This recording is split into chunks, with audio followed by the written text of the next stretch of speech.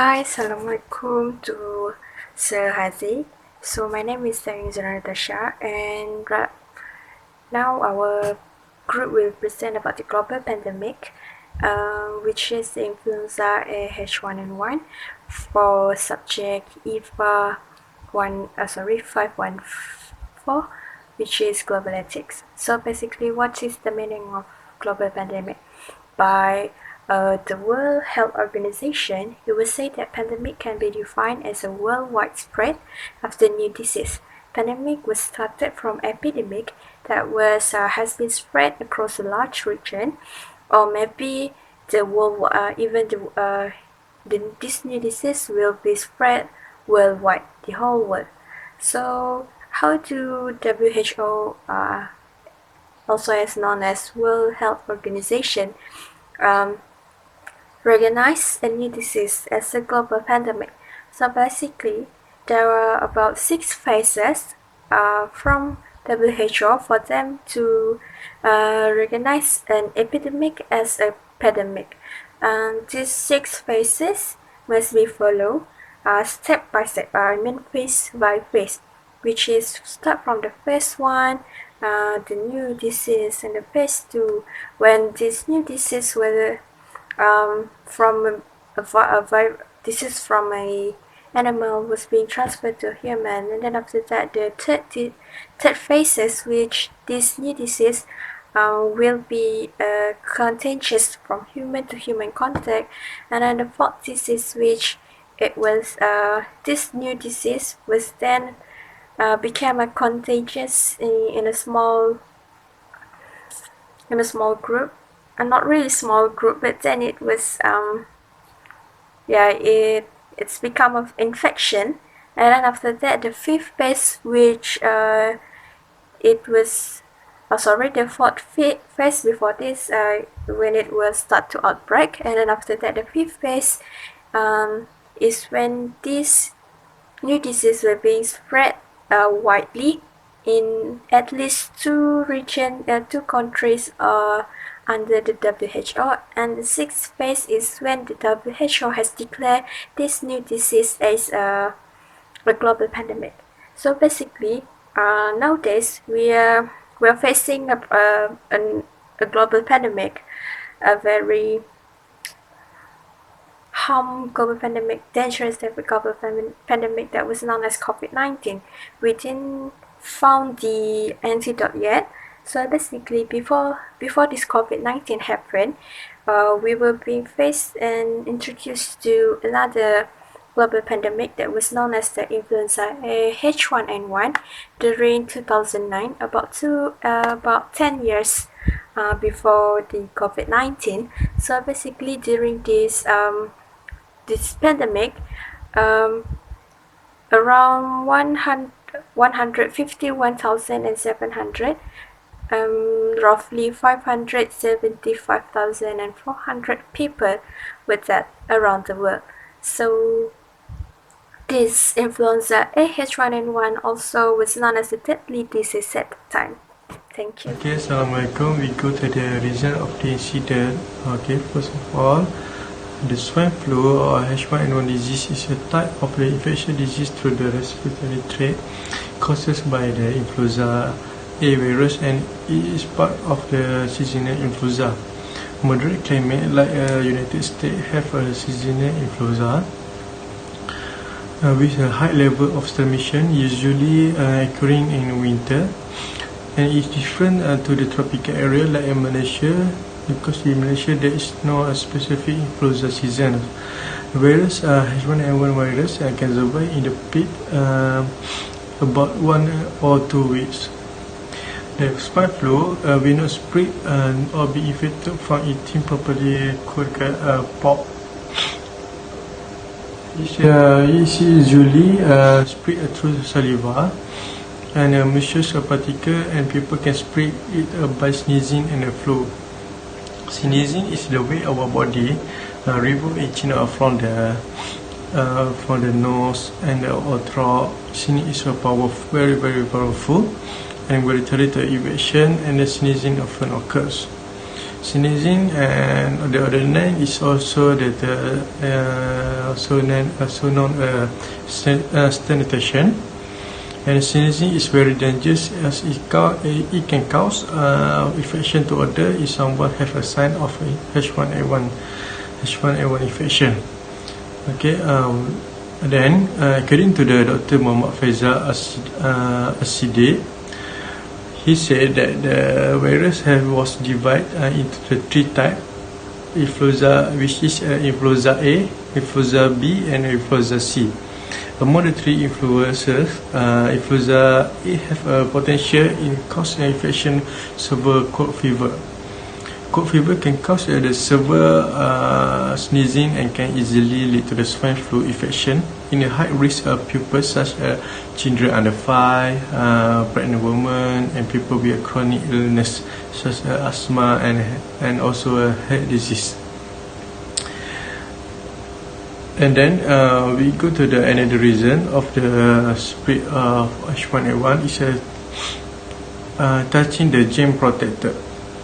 Touching the germ protected surface is because when we touch the germ protected surface and then we touch the nose and the eyes, and it is very harmful to our health. It's because the germ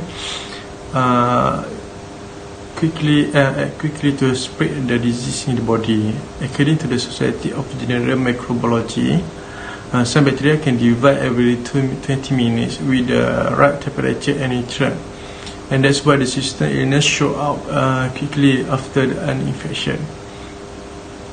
And we should always keep it clean, like change the towel,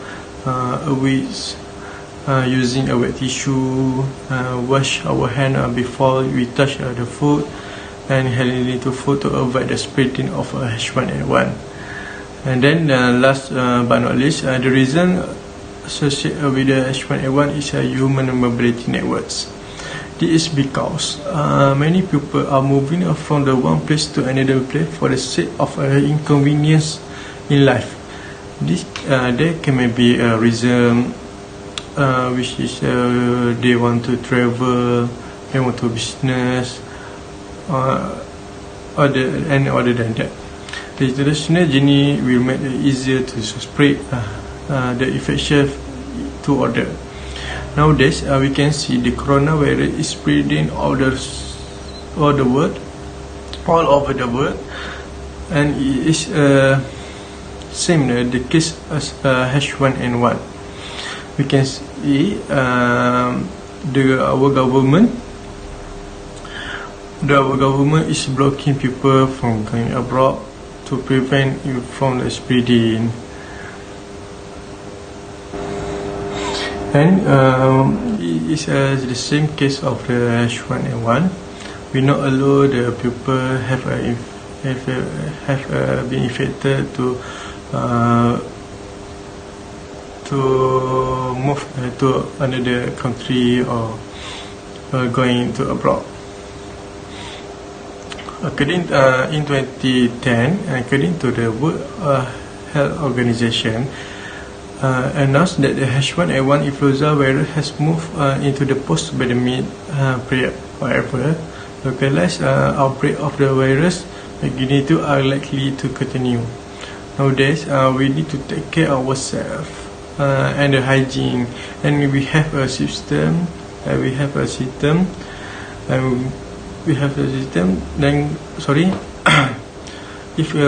system, we should stay away from the society. And we need to be safe and then safe for the world. Thank you. Assalamualaikum warahmatullahi wabarakatuh. My name is Muhammad Nur Ashraf bin Masafar, and I'm from AN226 4A. Our presentation today about global pandemic, I will cover the part of the without a proper personal protection equipment, healthcare frontliner will expose to the deadly virus of influenza H1N1. As a way to contain the problem and reduce the risk is by ensuring and using a proper personal protective equipment that can reduce the risk of infection to healthcare frontliner. At the first wave of pandemic H1N1 influenza happened in 2009, a healthcare frontliner that lacked in PPE has been infected by this virus, it has been recorded that a total 44 patients from emergency department and a total of 2,077 patients from healthcare frontliner that be a close contact to the patient with the influenza-like illness being infected by the patient. Means that they are without a proper PPE, they go to the patient and treat the patient without a proper PPE, then they get infected. Okay, to fight this issue or to reduce the problem of the infected for the healthcare frontliner, there are several implications that has been made.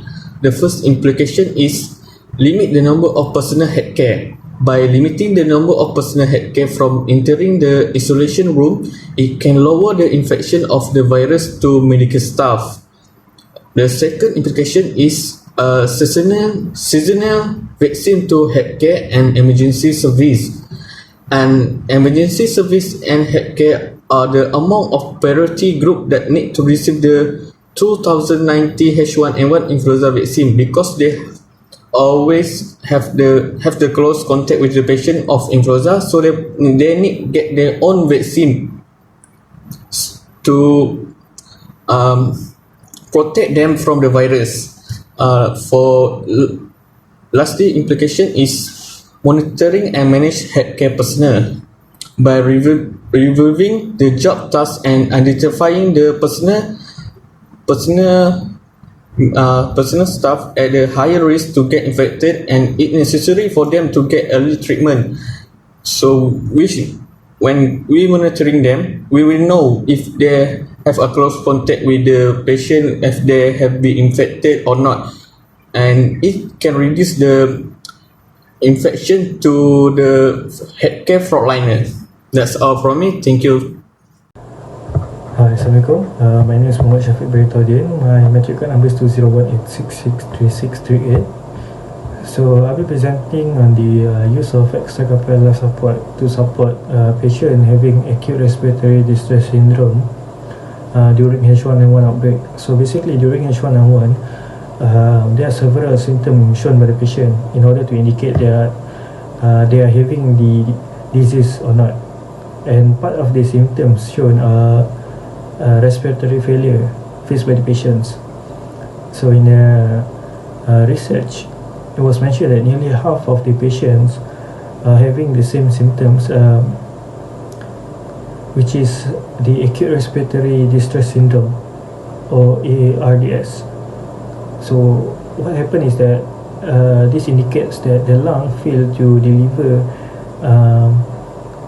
or to gain as many oxygen needed by the body that then will be transferred throughout the body by blood. So how can this extracapillary support helps the patients? So basically it removes the excessive carbon dioxide in the body using conventional mechanical ventilation. There are two processes include which are extracapillary membrane oxygenation, ECMO, as well as pulmonary interventional lung support, or pulmonary ILA. So what ECMO does is that it's basically it is a bypass in cardiac surgery. It also acts to remove carbon dioxide in the body, and then it return the oxygenated blood to ensure that the body can sustain well. And then the pulmonary ILA. So pulmonary ILA, it focuses on the exchanging of extracapillary gas in the body. This basically is part of the lung process, whereby it releases CO2 and inhale oxygen. Okay, so basically patients mostly died due to not having the ventilation needed. So in this case, where the use of extracorporeal life support, it can help in ensuring that the patient survive. Evidence are mentioned by Wong in a 10-case series with 712 patients, whereby the survival rate are 70% and 50% for larger and smaller cases of using the extracorporeal membrane oxygenation or ECMO. So basically, this showed a significant improvement and therefore identified as part of the main benefit as of using extracorporeal support. That's all from me. Thank you. Hi, so this is the third issue that was related to influenza H1N1.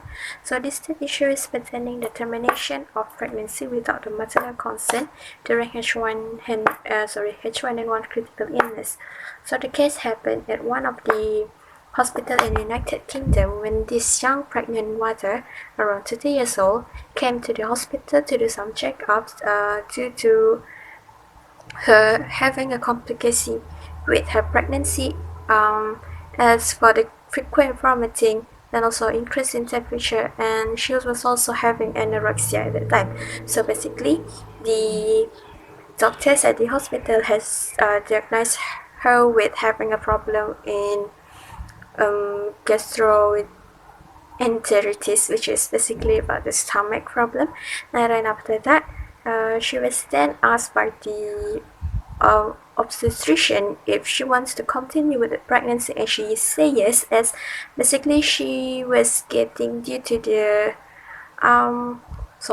because she was in her second trimester of pregnancy, so it was quite late if they want to do an abortion at that time. And then after that, the problem start when she was having when her health was getting worse and she was having a respiratory problem. So during that time, the hospital then the hospital then admit her to the ICU for because it was getting worse, and the hospital then recognized that she was having symptoms symptoms of the influenza H1N1. Due to this, she was get admitted to the ICU unit, the intensive care unit, and she was in the support of the mechanical ventilation due to her respiratory problem. And after she was being admitted, the obstetric team no longer have any discussion with her after that about her pregnancy. So not long after that, the issue start when the condition of this woman was getting worse, and the intensive care team decided to for her to make an abortion, but then the obstetric team would not agree to this because they think that it was not right for the doctors to do this, something that were probably not the mother have not consented. And then after that, however, the intensive care really want to do this abortion because they afraid of the health of the mother and also the child. If the pregnancy was succeed and also the birth also succeed, however, the obstetric team think that if the abortion was being held, then both the mother and maybe the mother maybe will having some complication after that. And then so luckily there is an egg at at the country at the United Kingdom, which was named as an Abortion Act 1967. Under this act, it was said that any abortion can be done even without the permission of the mother under any circumstances. So basically, this is a emergency for them. So by that, the hospital agreed to do an abortion of the pregnant mother. And so what we can see about this debate is that there's need to be a lot of observation, also study that need to be done on the pregnant women when they were infected with H1N1. So basically, this case is a starter for them to do more research pertaining this problem, so that in the next cases they can solve it with ease. So that's all from me. Thank you. Okay, to sum up everything, so basically there are several bodies they are playing a major role and being responsible to ensure the best possible outcome from this illness of this global pandemic. So we all understand that global pandemic not just gonna affect the health of the people, but it's also gonna affect the economy. The government and the people should play their own role, which is the government should be able to be ready and be prepared of any possible threat due to this global pandemic. This includes in terms of taking care of the people needs throughout this pandemic, which means that in terms of financial who are well affected, as well as those who are affected as in exposed to the disease itself. The frontliners such as doctors and nurses took part in ensuring that they are making the best decision to help the patient, as well as the police and other part of the authority who ensure that the people are following the guidelines given by the government. And next is the people. The people should be aware of the implication of this global pandemic, whether to themselves as well as to the environment. So in this whole situation, it is important for all of the party to work together to fight this global pandemic. The least we can do is to reduce the implication of this global pandemic towards our surrounding, including to reduce the mortality rate. So basically, throughout all this whole situation, it is important for us to learn that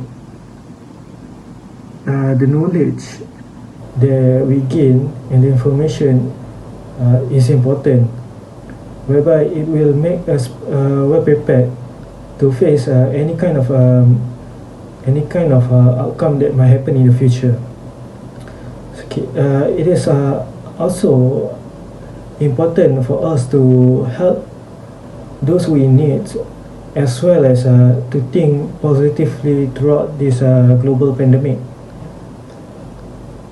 This includes not to be panicked and follow all the orders and procedures given by the authority to ensure a smooth transition throughout the whole process. That's all. Thank you.